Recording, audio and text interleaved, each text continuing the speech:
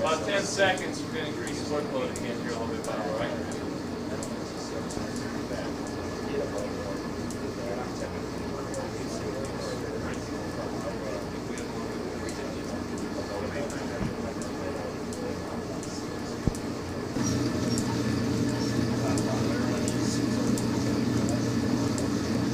Our rate's about 140. RPMs are right about 90.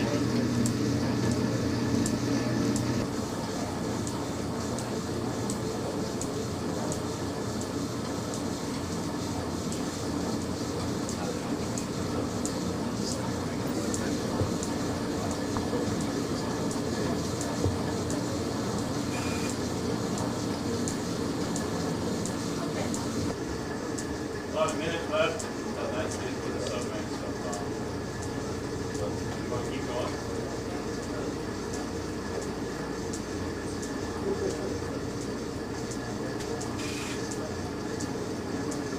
If he needs it. I was just thinking we could bring in the little one instead if he decides that he wants. You're going to get another fan. 2-minute stages, all right? Ball's in your court. Anytime you want to quit, let us know. Stop whenever you want. You don't have to do this. Perfect. RPMs are about 88. Heart rate's about 148.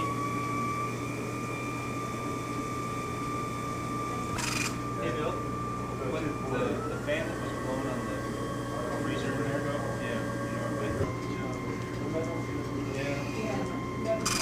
There's very little. Because it moves so fast. But that can really help. PR is the ratio of the carbon dioxide reduction and the oxygen that's consumed. And it gives us an indication of how hard an individual is working. When this value approaches 1, that means the intensity or their perceived intensity of that effort is becoming somewhat hard. Oh, yeah. 0.97.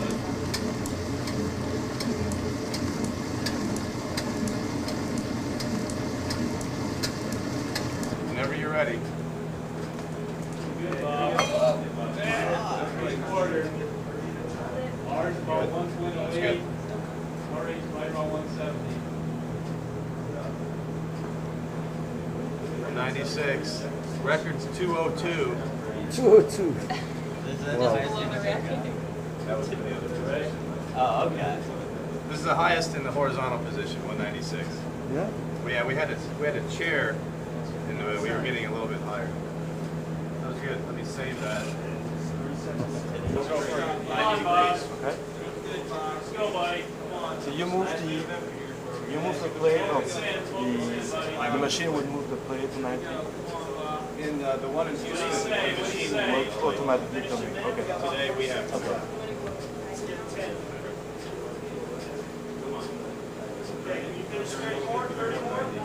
There you go. Push it through. Come on, Bob. Come on.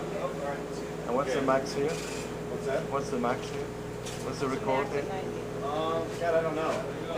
The -10 is always the highest. Yeah. And then it drops a little bit, but I don't remember. The highest. I'm sure you'll get it.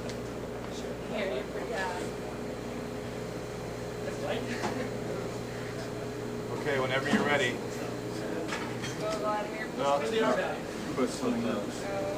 All right. How about this? You want to try and tighten them yourself?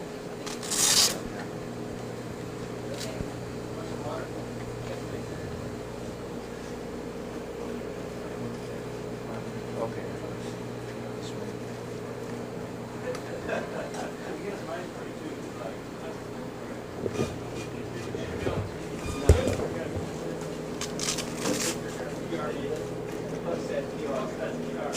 There you go. Keep all sweaty and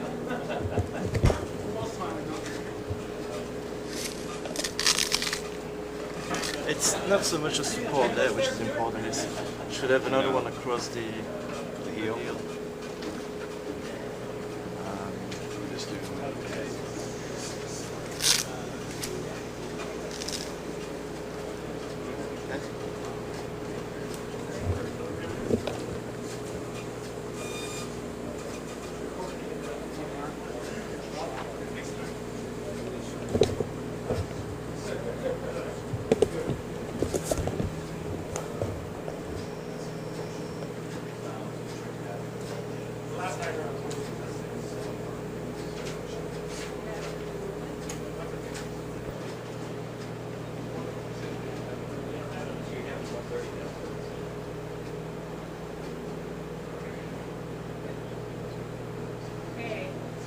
Whenever you're ready.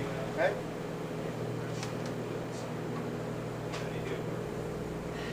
Okay, good. Good. How you doing, buddy? We need about How's 100. that feel? You feel pretty solid when you're going for it? You're supposed to tell me Yeah, twice so I think that it's somebody tries would to be work nice to harder. have both video. Now we're gonna set it to 90 degrees.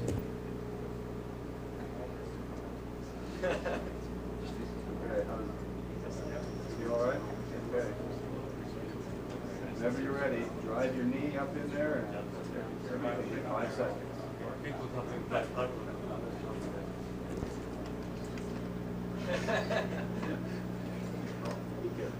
And now we're gonna set it to 100.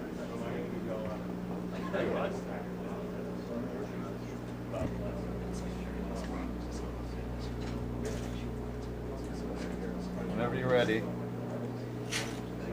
Same thing. That's good. Explode, okay?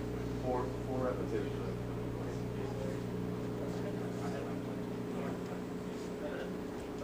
Whenever you're ready. Good.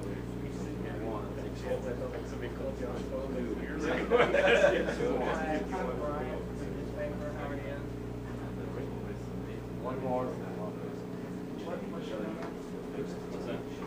Good. Excellent. We'll do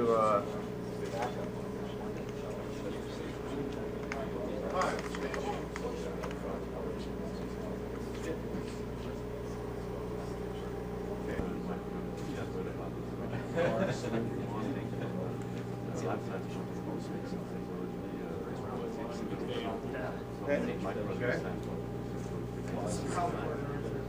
Make sure you drive your knee up in there. Whenever you're ready.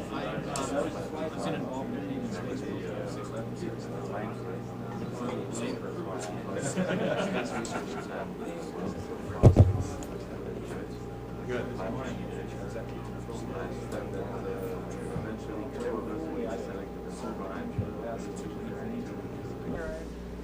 Well,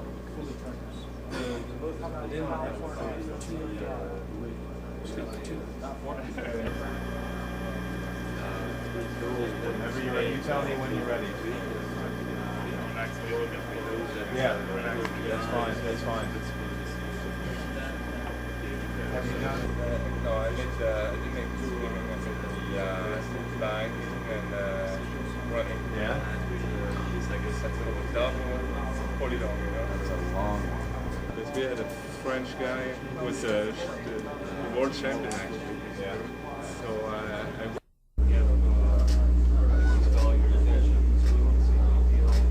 See how fucking.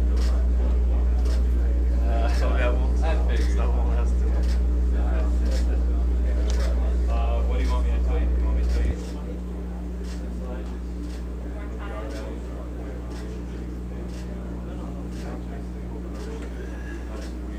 What are you getting for a heart rate? We get about 90? 88. Okay. You can reach around back if you want to tighten or loosen. Now, during the test, you just keep a tight seal on that for us, okay? Is that okay for you?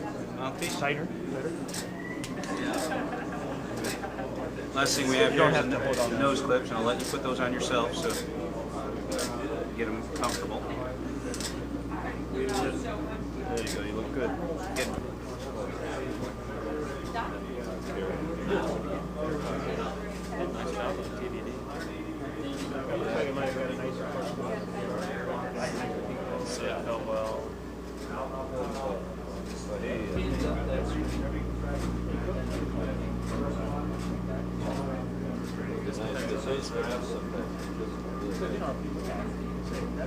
Hey, here we go. Feel the load? That's about. It's been reading a little low. It's about 2. You're about 84 RPMs right now. That's good, right in there. So just relax and enjoy. Yeah. Enjoy the scenery, yeah. On your bike ride. If you get warm, Vladimir, during the test, whatever you want to fan, just point to it.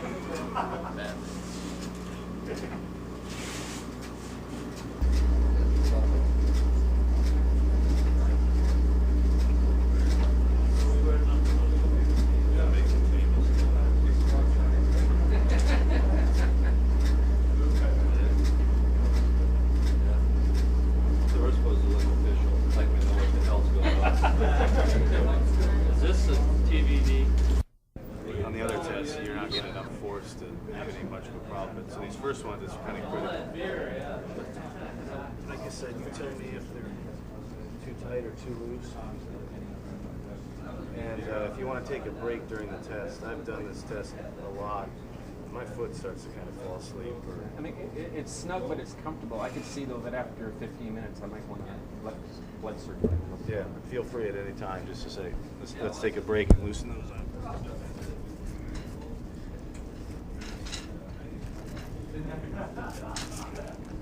Okay. So you can go ahead and lay back. I'll just give you like, here's 30 degrees per second. This one here, if you wanted to drive it down a little more, you could. Let's do it. More? A little more. There you go. Okay. What it felt like. So the real thing is, here's what 60 feels like. Okay. Here's 120. Heart rate's about 1.5 RPM, right at 90. Your arms. Here's 180 what the fatigue test will be at also. All right. Okay. There you go. Can't push it out. There's nothing there to push against. I know, it's so fast, right? And here's 300's even more difficult. The real key there is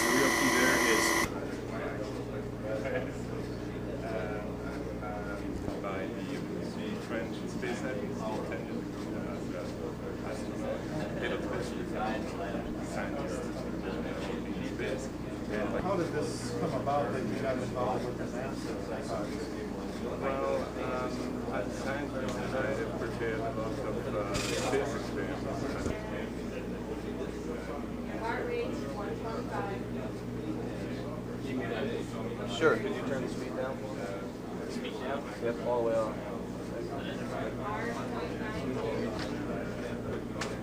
Anytime? Yeah, Anytime. back off just a little bit. Right in there. Heart rate's Okay, that's good. You don't know again. Arm. 1 second. Okay, whenever you're ready.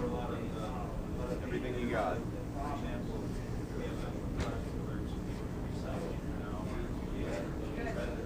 That's good. Great. Real steady. Nice curve. Anytime.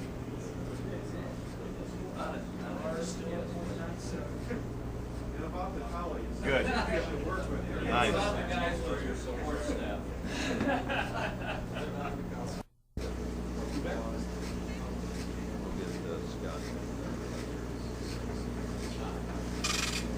Let's give it one more value. 15 more seconds and he'll buy you a beer. 15 seconds and he'll get you a beer. 10 seconds. 10 seconds for a beer.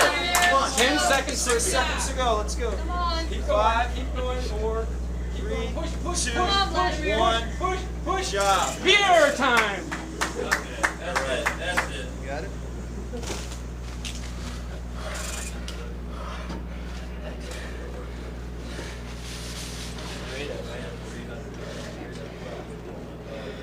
Push against the light board here. Put a light board. Check, check, check. Scream real loud. I like this guy. Just say your name and spell it. Scott Trappe, Trappe. Just talk to Mark. Right loud. All right. Your name and spell Scott Trappe, Trappe. Scott, what were you doing here today? We're testing potential candidates for a shuttle mission that's scheduled to launch next June 1996. And what's the testing involved? Actually, we have two protocols we're using. One, we're using a standard bicycle test on a stationary bicycle ergometer, and we're looking at the ability of the astronauts to consume and use oxygen. And that can give us an idea of energy expenditure and how that changes while they're in space. The other tests we're doing, we have a device that's designed to focus in on the calf muscle group, and we're looking at different strength measurements while they're in space to see how the muscle's affected and if there are strength changes or decrements in strength while they're in space. Now, how important is this for NASA? Well, one of the detrimental effects when you go to space is the skeletal muscle system's affected, and the muscle shrinks in size, and its function is impaired somewhat. And after being in space for a period of, like this shuttle mission, for approximately 2 weeks, they come back to Earth to a 1G environment, and the muscle isn't quite adapted to that 1G environment. They tend to have a little bit of difficulty getting around initially. How long have you been involved in the testing? Well, this is the first time they've been to the lab here, but the project's been ongoing so far for about 2.5 years so far, laying out some of the groundwork and that. And from here, what we really go to, this was kind of an orientation to get them familiar with what we're going to be asking them to do in space and whatnot. And then over the next 6 to 10 months, we'll actually be in Houston at the Johnson Space Center, where we'll be going through these protocols on the equipment they'll be using in space, training them to administer these tests to themselves while they're in space to obtain the data. And then about 3 months before the mission, we'll actually be going through what we would call like live protocols, and we'll actually be collecting data that we'll be using. And what piece of equipment we see here will be out there in the shuttle? Well, the piece of equipment that we have in our lab, actually about 2.5 years ago when we first started out, this is just a prototype that we've developed here, and it's very similar to the one that's actually going to be flown. The European Space Agency developed the one that's actually going to fly, and we're in collaboration with them in terms of the design to develop something that would isolate the calf muscle groups in terms of a functional standpoint and be able to measure the strength of the leg. What does this mean for Ball State University, having these people here today? This is one thing. Obviously, a lot of media exposure and whatnot, but just from a research standpoint, it's a unique opportunity to use a model to examine some effects of what happens to the muscle. Like training is one model, and we've had some aging studies that have been going on here, and the space environment just perturbs the system in a different way, and it allows us to look at what happens when individuals go to space. Now, what's this like for the students, the undergrads and the other graduate students involved in this project? I think it's good experience, for everybody involved, really. Typical projects aren't quite this, high profile and whatnot. There's a lot more that goes into it, and a lot more footwork, obviously, that has to be involved. But from a science standpoint, there's a lot that has to be done, so large numbers are brought in to help, and everybody helps out, which it's a team approach, which really helps, everybody out in terms of getting all the data needed for this type of project. And the researcher is studying injection at University? Yeah, actually, Dr. Fitz is the project investigator. He's the lead investigator. He's the one who wrote the grant proposal, submitted it, and his expertise is in skeletal muscle physiology. He has some unique procedures there that are unique to his lab compared to other labs all around the world. And then with Dr. Kostel's experience and renowned success with human testing, the two kind of fuse their expertise together to look at what happens to the skeletal muscle to humans while they're in space. How did Ball State get involved in this project? Well, actually, Dr. Kostel and Dr. Fitz are pretty good friends. They go back to 30-some years ago when actually Dr. Kostel was Dr. Fitz's cross-country coach, so they've kept close contact, and they've collaborated on some projects in the past as well, and I think it's just kind of one of those relationships that has evolved. This project is from NASA to NASA? Yeah, it's a NASA-funded project. Actually, I'm a postdoctoral fellow. assistant professor sometimes, depends, but actually I'm on the project as a postdoctoral fellow.